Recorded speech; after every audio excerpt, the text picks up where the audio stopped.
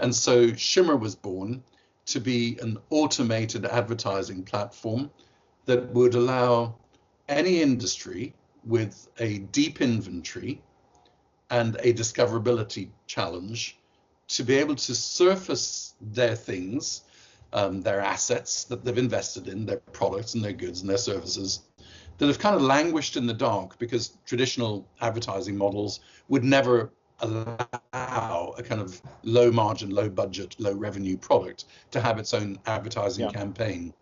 And in that sense, we are a disruption to the advertising agency, the advertising world, and that industry in particular. It's $1 trillion industry, so it's a big old thing that we're working on. You feel they won't feel the impact too badly? I think we're a very small minnow at the moment that will suddenly become a terrible, I don't know, a terrible moss all over previously glistening. I love the advertising line on your website, which said that you allowed the book to discover the audience rather than the audience to discover the book, and that seemed to me to be a fascinating way of encapsulating something of what this technology is about.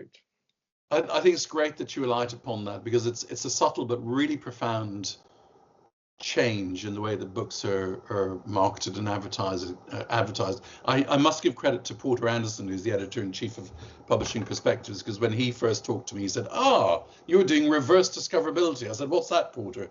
He said,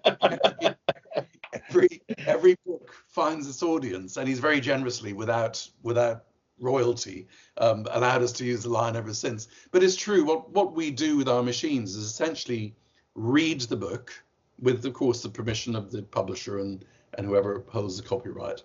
And that reading the book never goes into the training set of a large language model or anything else. It's hermetically sealed off. We read the book in order to extract what we call its book DNA, which is a psychological profile of the book, as well as an understanding of its narrative structure and all the rest of it. That unique fingerprint becomes the brief that we use to identify what the best-selling strategy would be for the book. That becomes the brief for us generating the creative assets, the ads, in other words. And then finally, it's also used, that book DNA, to know who the audience would be that we should match the advertising to, and in which channels. So if you take a silly example like, a book about fishing for mackerel in Sweden, well, as I said that, you pictured something. That was probably the first, most rudimentary ad you could have. But because the book DNA does a much more subtle and nuanced understanding of it, when it reads the book, it understands that the principal theme might actually be melancholy, depression, and cruelty. So it's a bit of a weird book. There are subsidiary themes of family loyalty, sustainable living, ambition, and nature. And so the generator, the second of our machines that takes the brief from the first one, the analyzer, says, okay, well, I'll make all of those campaigns, but I'll start with the first melancholy, depressing, cruel one with salmon, with mackerel fishing in Sweden. And it produces that set of ads. And then it says, where will I find those people? And it talks to Google and it talks to Meta and it identifies those audiences. So it brings the very essence of the book and matches them to the people who will be susceptible to it and who will have a predilection for the things that it contains. So it's kind of, I don't pretend that there's any nobility to our cause, but I think it's fantastic that AI has said, I can figure out the nuances and subtleties of this book, manifest them in a way that people can grasp instantly and decide whether they're interested or not, and then make it available to them in e-commerce, showing it to the people that are most likely to want to get it. So it's a highly efficient system that's with using effective assets to match readers and books, starting with a book, not starting with a reader.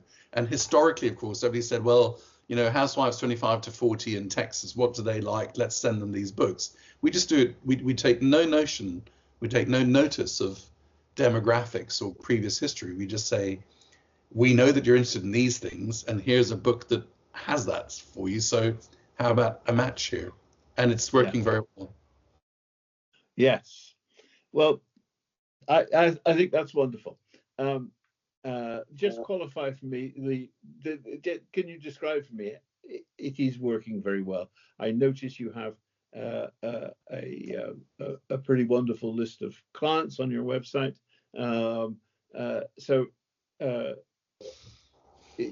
The message is getting out there in the London, in the British market, yes, elsewhere. How are things really going? Well, we launched 11 months ago and we have nearly 200 customers.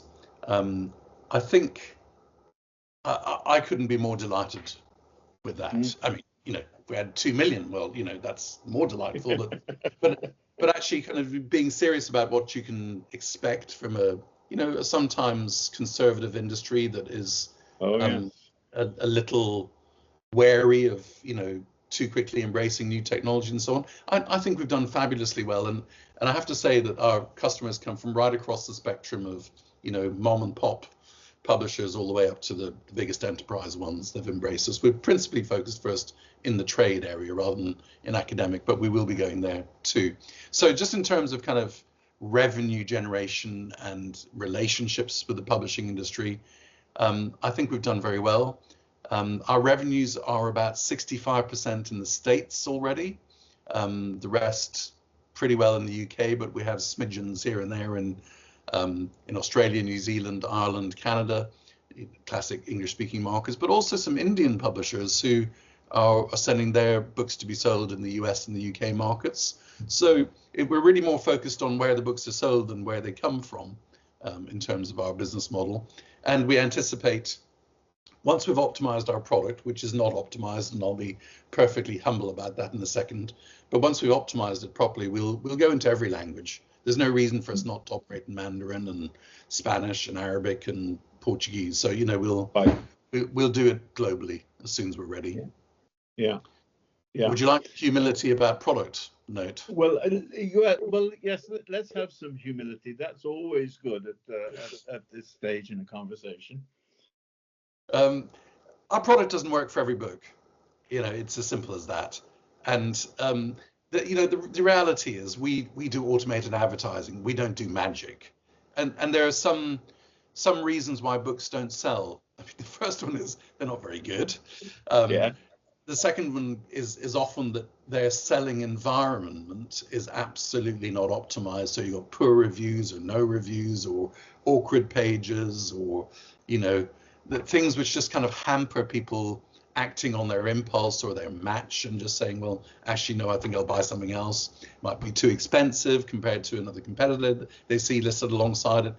There are a lot of variables which we can't control that cause our advertising to bring people to the point of willingness to purchase and then balking at it and not continuing. There are other books which our advertising just doesn't do a very good job on. There's no rhyme or reason to that yet. As we get even more volume, perhaps there will be, but we can't identify that by genre or anything else. But what we tend to favor, and the books which have characteristics that do well with us, tend to be ones which have been in the backlist and are selling already at the rate of about 15 to 30 copies a month. So, they're alive. There's a demand for them, there's a circulation of them, rather than taking one which has sold a copy in the last year or three, and where we're asked to kind of revive it. That's much harder.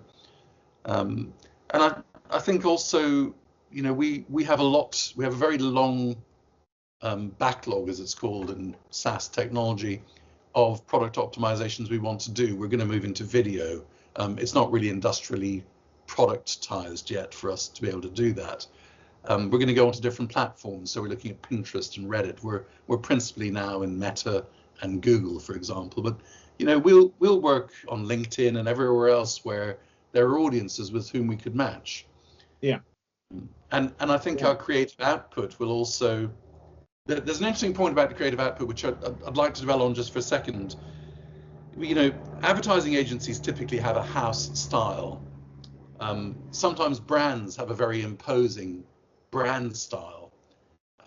What we chose to do was to impose neither of those things, and instead to say every book speaks with its own voice. Because we use AI and it gets this unique DNA fingerprint, we allow every campaign to be absolutely a high fidelity manifestation of what's between the covers of that book.